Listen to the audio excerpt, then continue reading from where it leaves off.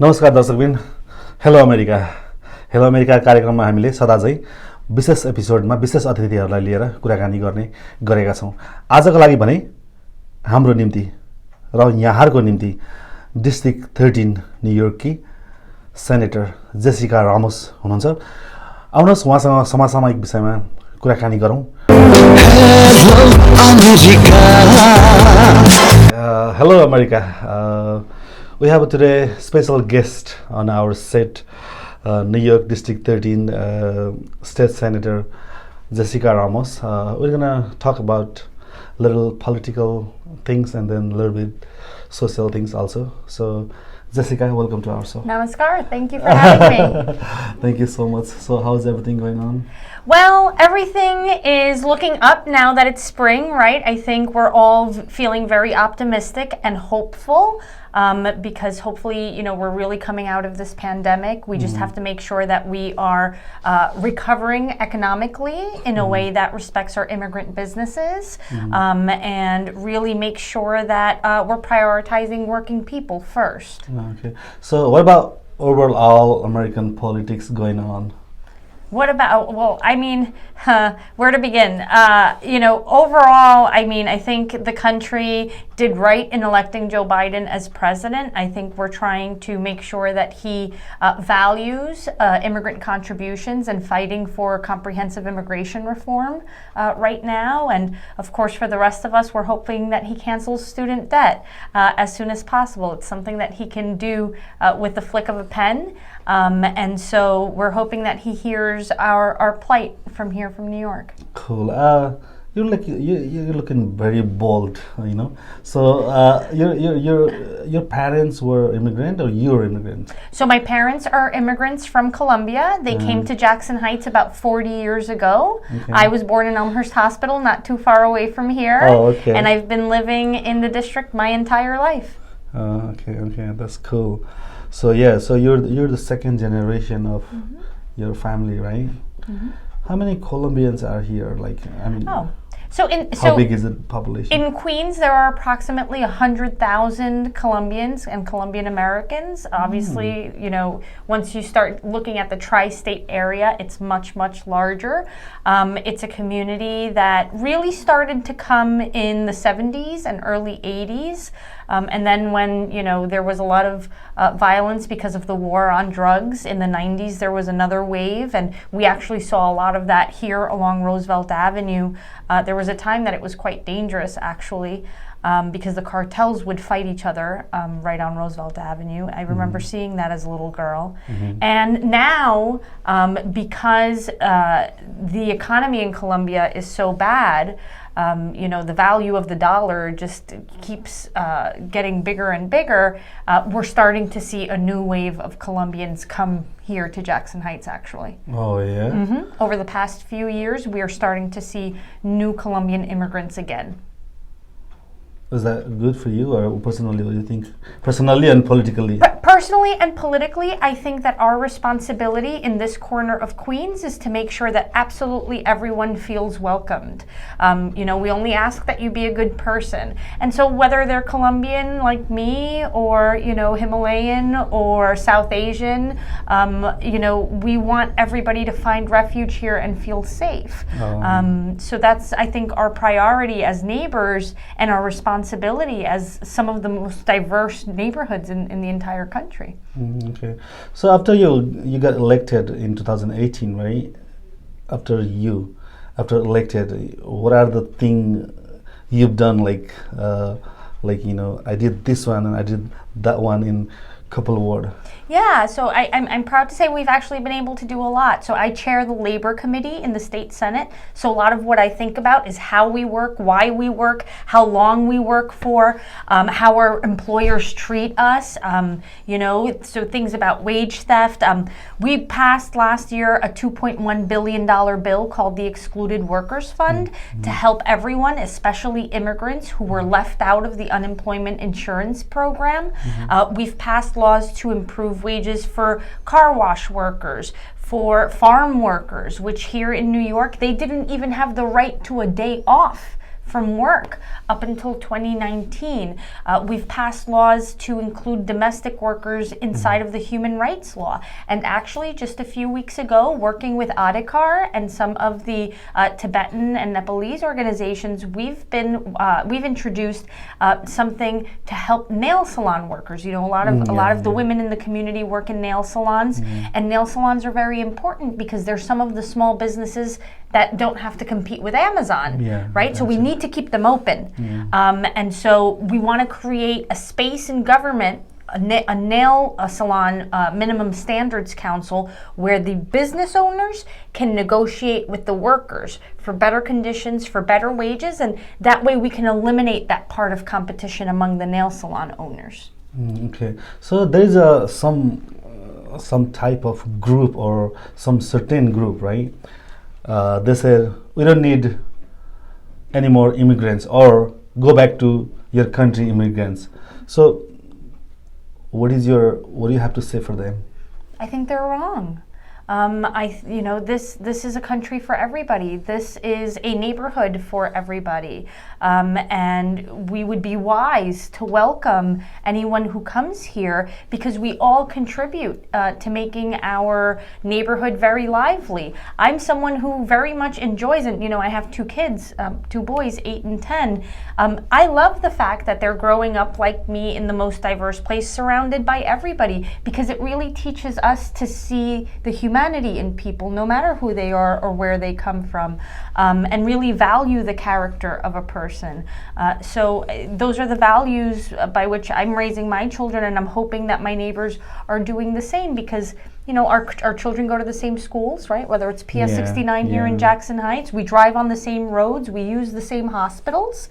So we're more alike than different. Okay. So you're the chief senator of Committee of Labor, right? What does that mean? Like, so the Labor Committee is the committee inside of the Senate that starts thinking about work and how much people are being paid and how they can negotiate for better working conditions, and that sort of thing. Oh, okay. So you think they are all the immigrants or all the labor they're being getting paid like equally, or like wage and stuff like that? No, I'm very sad to say that, well, I'll share the pre-pandemic statistic, which is that every year approximately $1 billion is stolen in wages in New York State, according to the Department of Labor. And more often than not, it's immigrants who get taken advantage of by their employers, because immigrants here in New York, especially if they're new, they don't realize, they don't know that they actually have lots of rights here in New York. It does not matter whether you have documentation or not. You still must be paid the minimum wage. You still can't be discriminated against. They still can't threaten to call immigration on you. That's a law actually I passed too a few years ago. There's a lot that immigrants need to know in order to be able to stand up for themselves and their communities. Yeah, I was trying to come on that point as well. There is some certain company, private company, or a small business, you know what I mean? Like undocumented people, undocumented immigrants, they are not getting paid in the right way, or you know, the right way. So is there a law passed about that? They have to get a same, like, or what is that? Every worker must receive every single dime that they have worked for. It does not matter what your immigration status is. At our office, we're happy to help fill out a wage theft claim with the Department of Labor so that you can commence the process to recover those lost wages. It has become sometimes a little difficult when the employer doesn't cooperate, which is why a few years ago I introduced the sweat bill, which the idea behind that is to allow workers to put a lien on employers' assets like their car or their house until they pay every single dime that is owed. But I have heard horror stories from construction workers, from nail salon workers, from Uber and Lyft drivers, right, who don't get paid their overtime pay, who are told, well, I'm only paying you for a certain number of hours this week, and that's not only not fair, it's not fair, it's illegal. You're the one who supported about the TLC driver Yes. last time and then passed the bill of. Yes, we've done a lot of work with taxi workers. So first, the yellow cab drivers, you know, they had gotten in trouble because the city didn't stand up for them with the lenders. And, you know, the medallions ballooned and they ended up with very big mortgages on those medallions that they couldn't afford. So actually, a few months ago, we were able to negotiate a new guarantee program in order for them to restructure those loans. And then there's Uber and Lyft drivers. You know, there was at the 11th hour, at the last minute, last session, last year, they tried to introduce a bill. You know, there's an organization that is a company union. It's paid by Uber and Lyft. It's called the IDG. That's a union that's paid for by the employer. It's not from the workers. And they tried to introduce a bill to do away with Uber and Lyft drivers' right to strike and reducing their pay and many other worst conditions. So we worked very hard to stop that bad bill, and now we're working on introducing a new one in order to help Uber and Lyft drivers actually organize and leverage their power for better pay and better working conditions. Okay, on this matter, Uber and Lyft drivers matter, I would like to let you a serious note. Probably you have heard that or no, or you know or you don't know. Okay, a lot of our people, they buy an expensive car for the Uber, like $50,000, $60,000, right? Like layman, working class people, right? And then they drive Uber and Lyft for like 3-4 years, right? So New York driving is very hard, you know that, right? So like if you successfully complete 5,000 trips or 10,000 trips, and later on, one time you heartbreak or something like that because of somebody in front of you, he does heartbreak and you have to do too. So the customer complain to the Uber and they deactivate the driver. Yes. So this is Yes. issue raising in city. Yes. And some of my friend, I've heard that, you know. I heard a worse one yesterday. I got no option. Because I gotta take care of my children and wife, you know, I got no option, and I buy 60,000-70,000 car. Should I have to suicide or something like that? So, do you guys have anything to, you know, push forward for the private company? Yeah, so that's something we're trying to fix. Right now, only the company union, which has a contract with Uber, can fix deactivations issues. I know the Taxi Workers Alliance has also been helping on that front, but it is something that we're looking to solve through legislation. You know, it's very unfortunate because I even heard a story, for example, a Lyft driver asked somebody to put on their mask, a passenger to put on their mask, and they refused, so the driver canceled the ride. And because of that, the driver was deactivated despite it being the passenger that didn't want to comply with the mask rule, which is the law. And so these are things, these are exactly the type of labor issues that we want to write laws for, so that multinational companies cannot mess with the drivers themselves. But there's the question of, is an Uber and Lyft driver, are they an employee or an independent contractor? Right? Because as an employee, you have many more rights, and you have the opportunity to organize a union and actually sit down and negotiate with the company. But as an independent contractor, they leave everything to you. You have the liability for everything and anything that happens. They don't help you pay for your car insurance. They don't take care of any occupational hazards. Being an Uber and Lyft driver is very difficult because you're sitting for many hours. It's not very good for your back. It's not very good for your kidneys. You're not going to the bathroom very often. These are all occupational hazards that we actually need to legislate around to make sure that we're protecting, especially our men, but you know, all of our Uber and Lyft drivers.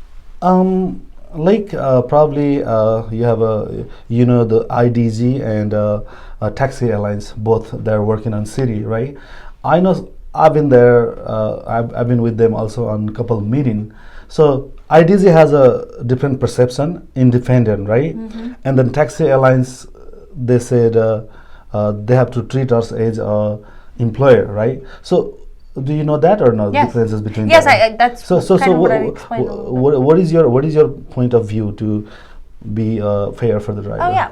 So to me, what's fair for the driver is that since Uber and Lyft is taking so much of every single ride, so much money, that the Uber and Lyft drivers need a bigger voice at work. And like I explained before, by being the employee status actually gives you more negotiating power. What I wouldn't want to see is for any law to go in that takes away the ability for drivers to strike. The ability to strike is a worker's most dangerous weapon. It's what companies fear because they're the ones that are producing all of the money for the company. And again, I've always thought that Uber and Lyft should be chipping in on car insurance payments, should be chipping in on gas perhaps. All of these are issues that should be able to be negotiated between the drivers. But I'll tell you, what I would want to see is for Uber and Lyft drivers to be able to decide who their union is. I don't think it should be IDG because they receive money from the boss, so I don't trust them. And it shouldn't be the Taxi Workers Alliance either because it shouldn't be imposed on the drivers. They should decide on their own whether they want to join, whatever union or whether they want to form a new one themselves. Okay, yeah. Final note or final point about this. As I told you again, a driver, he drives like 12 hours a day, and again he successfully ride 5,000 or 10,000 ride, and heartbreaking, or as you said, like not wearing mask or something like that, that matters. A driver gets deactivation and he has an expensive car and he has to go to work store 500 600 a week, and then he has to pay his bill, family, and then mortgage of car. So this is issue going on, raising on. Right. This is why that driver needs a union. And then that's why I said there's like, nowhere for him to go. I would say like there will be. I can't say 100% driver are very good. There will be some drink and drive, some sexual harassment, some physical assault. We have seen that as well. So if that happens, of course they deserve to deactivate, not for heartbreaking. Sure. Because he's saving your life. So I think you guys have to note that point for the heartbreaking issue, and like you said, the mask issue and the deactivate driver. This is not fair for the. Yes, I agree. For a layman, grass level worker.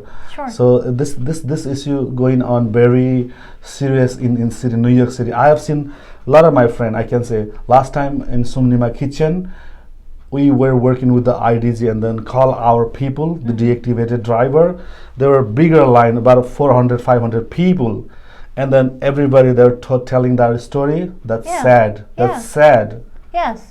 So for a long time, the IDG had a monopoly contract with Uber and Lyft in order to deal with the deactivation issues, and that's how they were able to lure so many of the drivers in. But meanwhile, they were receiving money from the company themselves, so it was kind of like a kind of a planned thing. But this is why, what I would like to see is for a certain independence to be created for the workers so that you guys can, so that the Uber and Lyft drivers can negotiate on their own as a collective. But that can't happen if you're classified under the law as an independent contractor. And also the confusion is, Uber and Lyft drivers, when it comes to unemployment insurance, they are employees in the eyes of the law. So you suggest United through the taxi airlines is a good way, or no? I don't think no. Oh, you don't know? No. Detail. No. Yes, I do. What I'm saying is that I would want to legislate in a way that allows Uber and Lyft drivers to create their own union. Oh, okay, I got you. Yeah. Independent of the scheme right now. All right, all 5 people all understand that as well. And then the next question is, what do you think, the city been back like as usual normal or not? I think a lot of people are not employed, like after hardly hit by this global pandemic. We haven't been back completely city. So some people still need the UI, traditional unemployment. So what do you have to say about that? Well, UI is still available. Unemployment insurance never goes away. Unemployment insurance is always available. That's traditional, right? Yes, Since long time. Traditional UI is a permanent program that is always available for anyone who gets laid off, you know, or is pushed to leave a job for any reason other than being fired. You can't have been fired. You can't qualify for unemployment insurance if you were fired. But yes, I mean that is a program that exists. The problem is a lot of people, depending on what you do for a living, you don't qualify for unemployment insurance. If you don't have a W-2, if you don't have a W-2, you don't get unemployment insurance. Yeah, some so people if you get paid cash for your job, maybe you work going back to the nail salon or a beauty salon or something like that. So what about if they work on cash and then they file the tax, right? They're not. No, unemployment insurance is a fund that does not come out of our taxes. I get you Unemployment insurance is a fund that is funded by employers. It's a dues checkoff, a payroll checkoff from our W-2s. Oh, okay. So I was not clear about now. You know, I come clear about that. Okay, and then instead of that, how is your personal life going on? My personal life is okay. My personal life is okay. You know, like I said, I have 2 boys. I live here in Jackson Heights. And I don't really have a lot of time off as of late because I'm negotiating the budget. So I've been going back and forth from Albany. I'm on the phone all the time, you know, trying to organize and persuade people to give us money to do good things. So I think that's the extent of my personal life. Okay. So how was your transportation town hall? It was last week. No, it's this Tuesday. I'm so glad you're asking me about that. So it's this Tuesday at the World's Fair Marina in the evening. Okay. And really important, we want to see everybody from the community there because we're going to be talking about trains and all of the proposals that the Port Authority is making to increase access to LaGuardia Airport and the surrounding neighborhood, which is what I've always wanted. I know that LaGuardia needs better access, but we can't continue to ignore the neighborhood right across the street from the airport, you know? Yeah. So hopefully it will be finger crossed. Definitely our Nepali leader or Tibetan leader, you know. I hope to see everybody there. Yeah, they get the message, and then we're all gonna be there as well. That's fine. And so the other things is like your another goal is to make our people, I mean, healthy in New York.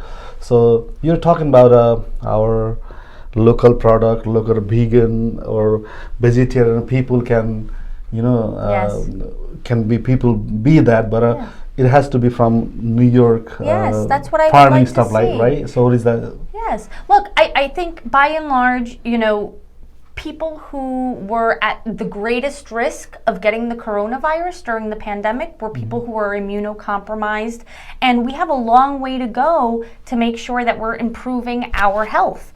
And I'm a big believer that food is medicine, making sure that we're eating, you know, healthy food, hopefully locally sourced food, whether you're a meat eater like me or whether you're a vegetarian or vegan, that doesn't matter. We want to respect people's dietary choices, but we want to make sure that we're eating hopefully as locally sourced food as possible, of course to support our farms upstate, but also to reduce our carbon footprint. It's a matter of loving our planet, right? Like God has asked us to, and really making sure that we're eating a balanced diet and not the processed food from factories. That's very unhealthy. So what's your thinking about the food or vegetable come from California and then the product in New York?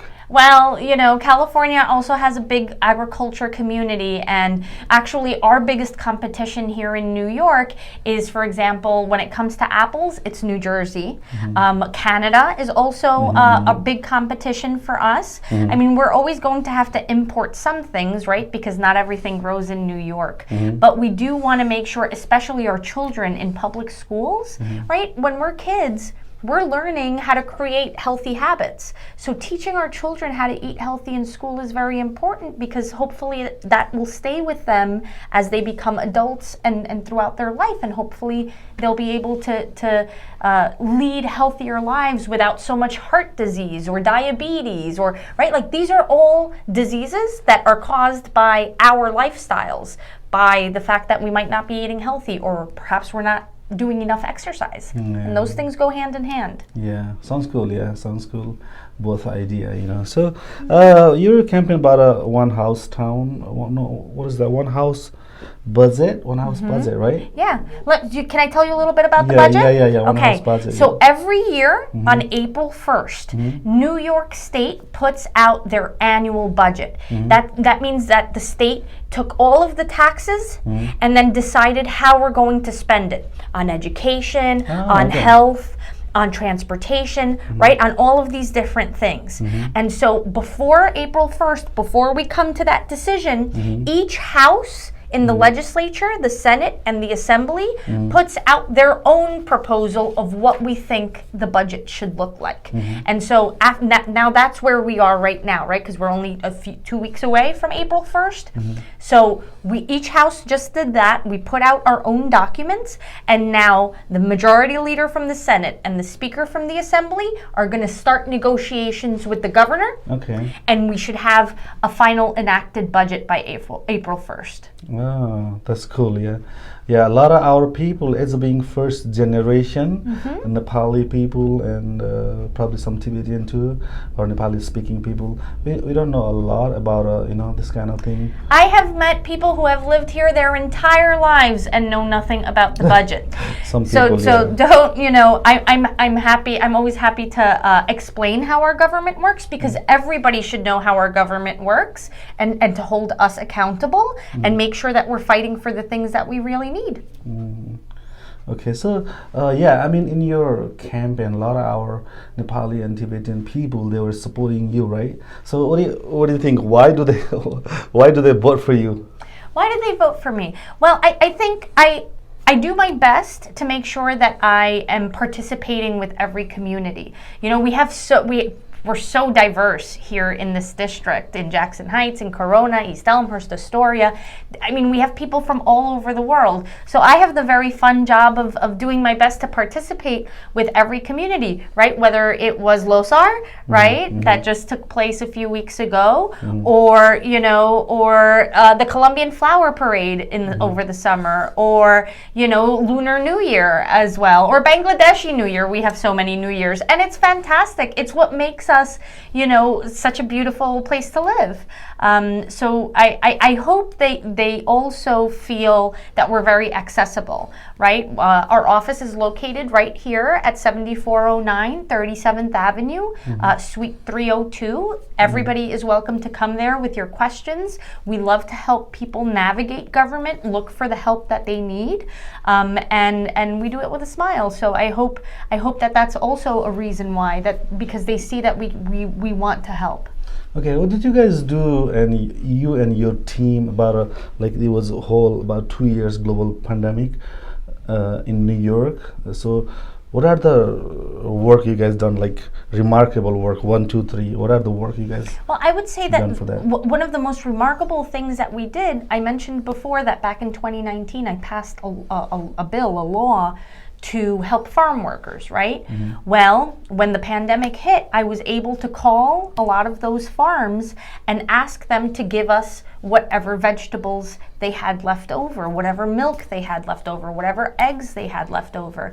And they shipped them down to the neighborhood, and we were able to feed about 2,000 families every Saturday for, I mean, I think it was at least 4 months. And I think we were able to help a lot of people save money at a very critical time. You know, a lot of people have fallen behind on rent and stuff like that, which is why the Excluded Workers Fund became so important. I knew I had to do something to help the people who don't get traditional UI because they pay taxes and they work very hard, and you know, they deserve to have that peace of mind knowing that we're going to take care of you in an emergency. Yeah, that's what I'm thinking as well. So how far is your political vision? I mean, what is your next level of thought on politics? My next level of thought is right now I'm running for re-election, and I don't same position? For the same position for re-election. I don't know of anybody running against me, but they have until April 1st actually to figure out how to do that. What do you want to say? What do you want to say if somebody coming to against you? You know, what do you want to say right now on our public media? If they're Tibetan, I would say "Ang la woshok luk." What is that? Please give me your vote. Oh, you're so smart. Yeah, actually, you're so smart. So, Jessica, you're looking so young as well. And oh my gosh! Young and one of the beautiful senators also, right? And you know, what I'm trying to asking you is like, what makes a good politician, or what makes a good leader in this young age? Well, I don't think age has to do with anything. I turned 37 this year, so I'm not so young anymore. But I think love. I think it really just comes down to very basic human principles and having the ability to acknowledge the humanity of everybody else in your neighborhood.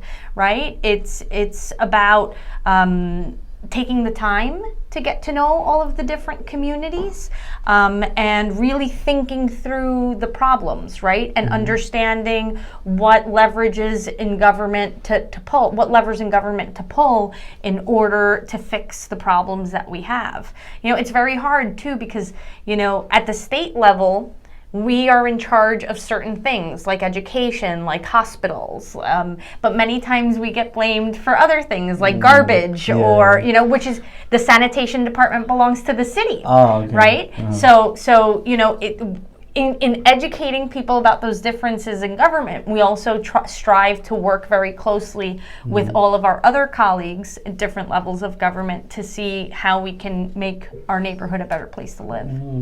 Okay, and in your best knowledge, I might not have to ask you this question, but in your best knowledge, how the world politics going on, and then what it has to be, you know? How is it going in, and what it has to be?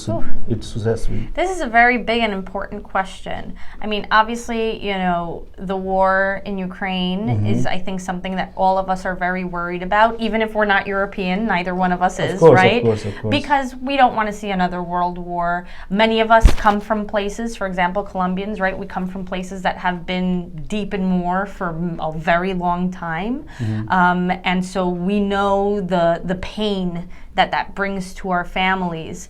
But, you know, there are larger forces at play, I think, globally that affect our lives, right? So, for example, Amazon, right? It's inevitable. I think, you know, given technology, people are ordering things online more and more every day. I don't think that we can stop that. It's convenient. But what does that mean for Roosevelt Avenue or 82nd Street or 74th Street? Eventually, right, it's going to be very hard for clothing stores, for electronic stores to be able to keep up. And that's a global issue, because then what does that mean for jobs? We can't all just work for Amazon. And Amazon right now, the jobs that they're providing are not very good jobs. In fact, I'll be out tomorrow in Staten Island at an Amazon warehouse rallying with the workers for better working conditions. So I am a much bigger proponent of investing in people's entrepreneurial spirit. I think that every single one of my neighbors who wants to be able to open a small business should be able to do so in our very own neighborhood. that should not be a dream. That should be something that can be a reality. But unfortunately, real estate has such a tight grip on politics, and so many of my colleagues, unfortunately, take donations from real estate that it allows them to dominate our political sphere in a way that is completely unfair to working class people. Oh, okay. Yeah, that's a serious issue. Yeah, that's what I was thinking. Like, I mean, 2000, like 1, 2, 3, we fight with Iraq and Afghanistan, but that was 20 years before, you know what I mean? No. That was a time like that, but if I may, actually, can I say something about Iraq and Afghanistan? Because 20 years ago, I was a teenager. I saw so many of my peers have to sign up for the military, including my cousin. She became a biochemical engineer in the Coast Guard and got deployed to Afghanistan for many years. And the only reason that they did that was because they didn't see hope in any other career. I got you. Where they're forced to join the military. Yeah. And then it was 20 years before, it means 2 decades, right? Yes. So that was a different time. Yes. So right now we came across 20 years ahead, you know what I mean? So now, I was not thinking the war between Russia and Ukraine. I mean, they're gonna sit on a table and dialogue, gonna solve the problem. That's what I was thinking. Right now, it's not. It doesn't think it's gonna stop. I mean, they're gonna, I was thinking earlier, like last month. Yeah. So the life in Ukraine and Russia, actually, Listen, I mean? it always boggles my mind how there is always money for war, but there is never enough money to feed people and to give them proper housing. We all complain, for example, about homelessness. None of us want to see, our brothers and sisters in the street. But unfortunately, we haven't had the political will to actually create the affordable housing that we need. But somehow, Washington always has billions and billions and billions of dollars in order to train an army and go kill other people. Or mess up the economies in other countries. And that's what happens to Latin America all the time, right? Yeah. They go into Latin American countries, they mess up the economy, then a lot of people start immigrating here, and then they're given a difficult time here too. Yeah. So what gives? I got you. So they're not caring about a lower class or small things, people. We're the ones who end up fighting the wars. Yeah. We're the ones who end up dying in the wars. Yeah. It's the rich aren't sending their sons and daughters to fight in the wars. Yeah, true. So yeah, it's a very bad thing, So, but we couldn't do. We can't talk. We couldn't do anything about that. So we're almost last time. I mean 0 time. So where is your parents? Where are my parents? Well, my dad right now is in Colombia. He retired and he moved to Colombia, but he comes back and forth. He lives a very nice life. And my mom lives out in Suffolk County with my sisters. Cool. So say some message to your parents from our public media. Mom and Dad, I love you. Mom, I see you pretty regularly. My dad, I miss him very much. I haven't seen him in a few months, and it was his birthday actually a few days ago. So happy birthday, Dad. All right, hopefully they're gonna listen that as well, Jessica. And then it's a really big pleasure to have you in our show, and we keep continuing. We'll keep supporting you for your progress, for your future, and then say something about your political career, and then future what you need from our community, Tibetan community or Nepali speaking community. Sure. Say something for them as well. Oh, sure. So I come from a background of fighting for immigrant rights and working people's rights. I used to work for unions. I used to work for the prior mayoral administration, and so a lot of what I do in the Senate comes with the experience that I have working for workers and working in government. So all I really ever ask of your community and every community is to pay attention. And I know that it's hard. I mean, even with my parents, my mom to this day watches the Colombian news every day. You ask her what's happening in Colombia and she knows. And you ask her what's happening around the corner and she might not know. And that's where I start getting upset, because I always ask, It's good that you're paying attention to what's going on, back home. But here, this is where you're raising your children. This is where you work. This is where you're hoping to buy a house. This is where you're building a future. I need everybody to pay attention to what's going on here so that you can get involved, make your voice heard, and help us fight for a better quality of life for our immigrant community. Awesome message. So hopefully everyone watch us and understand that as well. And very last, there is no people in this world don't like to dance or sing. You know what I mean? So.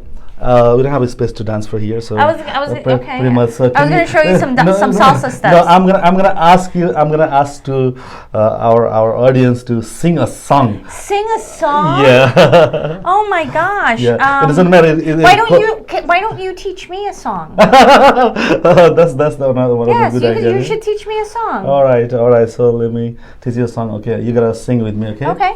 All right. It's gonna be a couple lines. Okay. Resam piriri, Resam piriri, resam piriri, Resam piriri. उडेर जाउँ कि डाँडामा भन्ज्याङ. Oh, that you're lost me there on that one. All right, this is उडेर जाउँ कि डाँडामा भन्ज्याङ. Jaung ki? डाँडामा भन्ज्याङ. Oh, can't say that. Resam piriri. Resam piriri. This is so one what of does Resam piriri mean?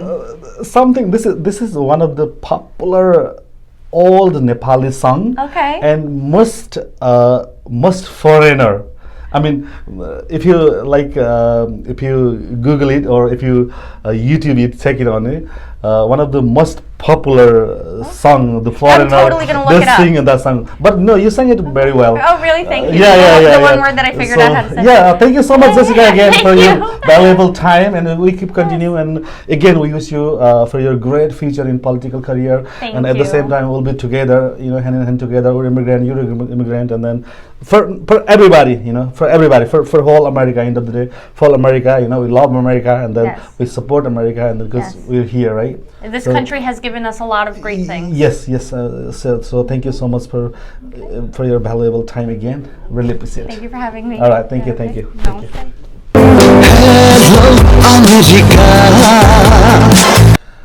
उहाँ हुनुहुन्थ्यो senator New York district 13 की Jessica Ramos. उहाँको तर्फबाट उहाँले नै यहाँहरूलाई चाइल्ड केयर, अफोर्डेबल हाउसिङ, उबर ड्राइभरका विषयहरूमा, लिफ्ट ड्राइभरको विषयमा, डिएक्टिभेसन लगायतका विभिन्न तपाईँले पाउने सुविधाहरू यहाँ आएपछि, अमेरिका आइसकेपछि, इमिग्रेन्ट्स भएर आइसकेपछि विभिन्न राजनीतिक अधिकार, तपाईँको नैतिक अधिकार, होइन, तपाईँले खाने पाउने स्यालेरी सुविधाहरूको विषयमा धेरै महत्त्वपूर्ण कुराहरू गर्नुभएको छ. यहाँहरू सुन्नुहोला, सुरुदेखि अन्तिमसम्म सुनेर हामीलाई सपोर्ट गर्नुहोला. हाम्रो कार्यक्रमलाई लाइक, कमेन्ट, सेयर, सब्सक्राइब, फलो, साथै क्यामेरामा सम्राट कार्की, निर्देशक किशोर सुब्बा, सहनिर्देशक टोमा लामाका साथमा म प्रस्तुता सुमन थामसुहाङ बिदा चाहन्छु. शुभरात्रि. हेलो, नमस्ते, म किशोर सुब्बा, हेलो अमेरिकाको निर्देशक. हेलो अमेरिका, म टोमा लामा, सहनिर्देशक हेलो अमेरिका. हेलो अमेरिका, म प्रस्तुता सुमन थामसुहाङ लिम्बू. हेलो अमेरिका, म Samrat Karki, cinematographer and editor. Hello America, hello America, hello America, hello America.